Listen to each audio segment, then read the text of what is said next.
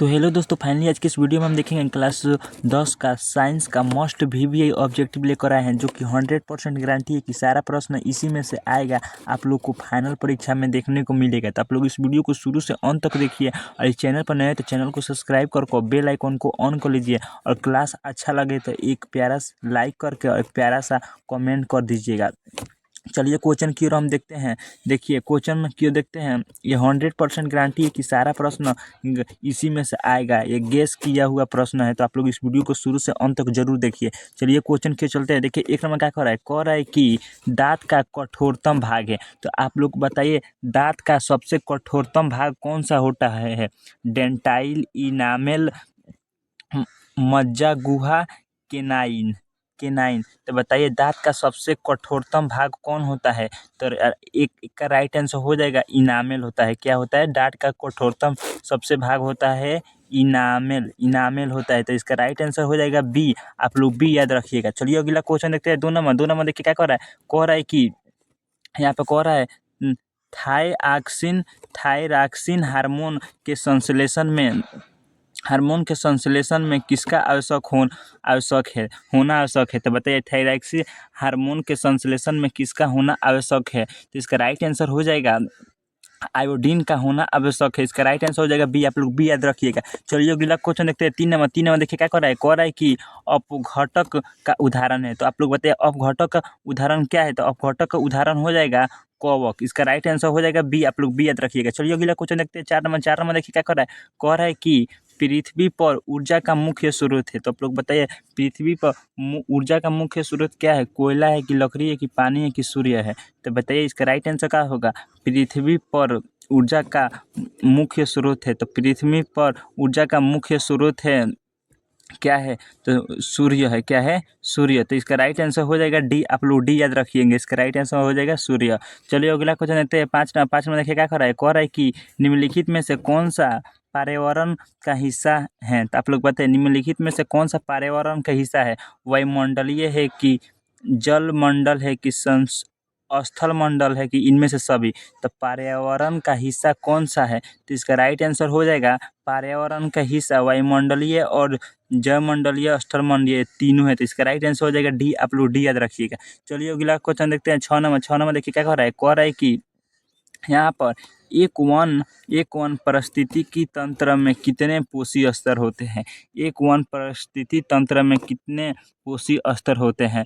तो इसमें होते हैं 4 पोषी स्तर होते हैं। तो इसका राइट आंसर हो जाएगा डी। आप लोग डी याद रखिएगा 4। चलिए अगला क्वेश्चन देखते हैं। अगला क्वेश्चन देखिए क्या कह रहा है। कह रहा है कि यहाँ पर देखिए क्या कर रहा है। कह रहा है कि निम्नलिखित में कौन ऊर्जा का अनवीकरणीय स्रोत है? तो आप लोग बताइए अनवीकरणीय स्रोत कौन है? सूर्य है कि पवन की पेट्रोलियम की बहता पानी? तो अनवीकरणीय स्रोत कौन है?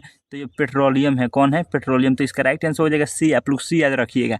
चलिए अगला क्वेश्चन देखते हैं। 8 नंबर देखिए क्या कह रहा है। कह रहा है कि जीवाश्म ईंधन की ऊर्जा का वास्तविक स्रोत है। तो आप लोग बताइए जीवाश्म ईंधन की ऊर्जा का वास्तविक स्रोत क्या है? तो नाभिकीय संलयन होगा कि सूर्य की चंद्रमा? तो क्या होगा? तो इसका राइट आंसर हो जाएगा इनमें से कोई नहीं होगा। इसका राइट आंसर हो जाएगा डी।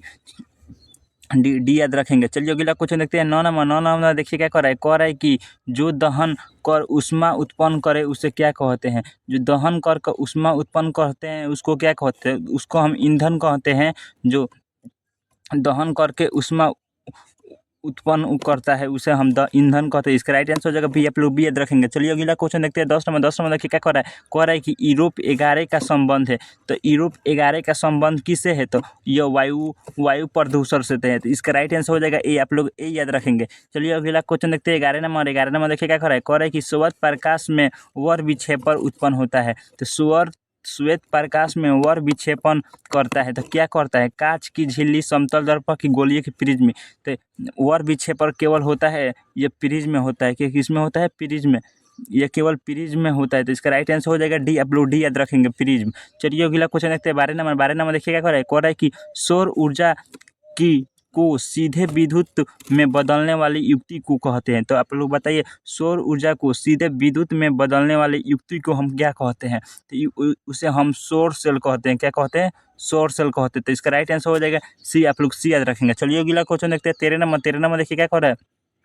कह रहा है कि फल पकाने वाला हार्मोन है। तो आप लोग बताइए इनमें से कौन सा हार्मोन है जिससे फल पकता है? तो इसका राइट आंसर हो जाएगा जो एथिलीन है ना, तो इसी का के कारण से फल पकता है। यह हार्मोन है एथिलीन हार्मोन। इसका राइट आंसर हो जाएगा ए। आप लोग ए याद रखेंगे। चलिए अगला क्वेश्चन देखते हैं। 14 नंबर देखिए क्या कह रहा है? कह रहा है कि गोबर छाता है। तो आप लोग बताइए गोबर छाता क्या है? एक मृत जीवी है कि परपोषी कि स्वपोषी कि शैवाल? तो गोबर छाता एक मृत जीवी है, मृत जीवी। तो इसका राइट आंसर हो जाएगा ए। आप लोग ए याद रखेंगे। चलिए अगला क्वेश्चन देखते हैं। 15 नंबर देखिए क्या कर रहा है? कह रहा है कि ओजोन का आणविक सूत्र है। तो आप लोग बताइए ओजोन का आणविक सूत्र होता है O3। तो इसका राइट आंसर हो जाएगा बी। आप लोग बी याद रखेंगे। चलिए अगला क्वेश्चन देखते हैं। 16 नंबर देखिए क्या कर रहा है? कह रहा है कि कवक में पोषण की कौन सी विधि है? तो आप लोग बताइए कवक में पोषण की कौन सी विधि है? तो कवक में मृत जीवी होता है। तो इसका राइट आंसर हो जाएगा सी। आप लोग सी याद रखेंगे। चलिए अगला क्वेश्चन देखते हैं। 17 नंबर देखिए क्या कर रहा है? कह रहा है कि पारिस्थितिक तंत्र में ऊर्जा का प्रवाह होता है। तो पारिस्थितिक तंत्र में ऊर्जा का प्रवाह कैसा होता है? एकदशीय कि द्विदशीय कि बहुदशीय कि चक्रीय? तो कैसा होता है पारिस्थितिक तंत्र में ऊर्जा का प्रवाह? तो 17 का राइट आंसर हो जाएगा यह एकदशीय होता है। इसका राइट आंसर हो जाएगा ए। आप लोग ए याद रखेंगे। एकदशीय होता है, पारिस्थितिक तंत्र में ऊर्जा का प्रवाह होता है। चलिए अगला क्वेश्चन देखते हैं। 18 नंबर देखिए क्या कर रहा है? कह रहा है कि मानव हृदय हृदय में कितने कोष्ठ पाए जाते हैं? तो मानव के हृदय में कितने कोष्ठ पाए जाते हैं? मतलब चेम्बर यानी कोष्ठ, ये इसमें 4 पाए जाते हैं। तो इसका राइट आंसर हो जाएगा डी। आप लोग डी याद रखेंगे। चलिए अगला क्वेश्चन देखते हैं। 19 नंबर देखिए क्या कह रहा है? कह रहा है कि विकासीय दृष्टिकोण से हमारी किससे अधिक सामान्यता है? तो इसका राइट आंसर हो जाएगा किससे सामान्यता है? तो इसका राइट आंसर हो जाएगा चैंपियनजी से सामान्यता है। तो इसका राइट आंसर हो जाएगा ए। आप लोग ए याद रखेंगे। चलिए अगला क्वेश्चन देखते हैं। 20 नंबर देखिए क्या कह रहा है? कह रहा है कि दूध से दही बनने में निम्नलिखित में से कौन सी अभिक्रिया होती है?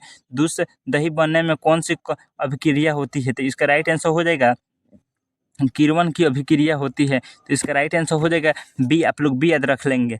चलिए अगला क्वेश्चन देखते हैं। 21 नंबर देखिए क्या कर रहा है? कह रहा है कि अभिक्रिया जिसमें आयनों का आदान प्रदान हो उसे क्या कहते हैं? जिसमें आयनों का आदान प्रदान हो उसे हम क्या कहते हैं? जिसमें आयनों का प्रदान होते हैं उसे द्विविस्थापन कहते हैं। आयनों का आदान प्रदान होता है द्विविस्थापन कहते हैं। इसका राइट आंसर हो जाएगा बी। आप लोग बी याद रखेंगे। ये मस्ट भी ऑब्जेक्टिव है जो गैस किया हुआ है। तो आप लोग इस वीडियो को 2 से 3 बार देखिए क्योंकि सारा प्रश्न इसी में से आएगा। ये गैस किया हुआ ऑब्जेक्टिव क्वेश्चन है। तो आप लोग इस वीडियो को शुरू से अंत तक को 2 से 3 बार देखिए। और इस चैनल पर नए थे, चैनल को सब्सक्राइब नहीं किए तो चैनल को सब्सक्राइब करके बेल आइकन ऑन कर लीजिए और एक प्यारा सा कमेंट कीजिए और एक लाइक कर दीजिए। Thanks for watching. मिलते हैं अगले वीडियो में।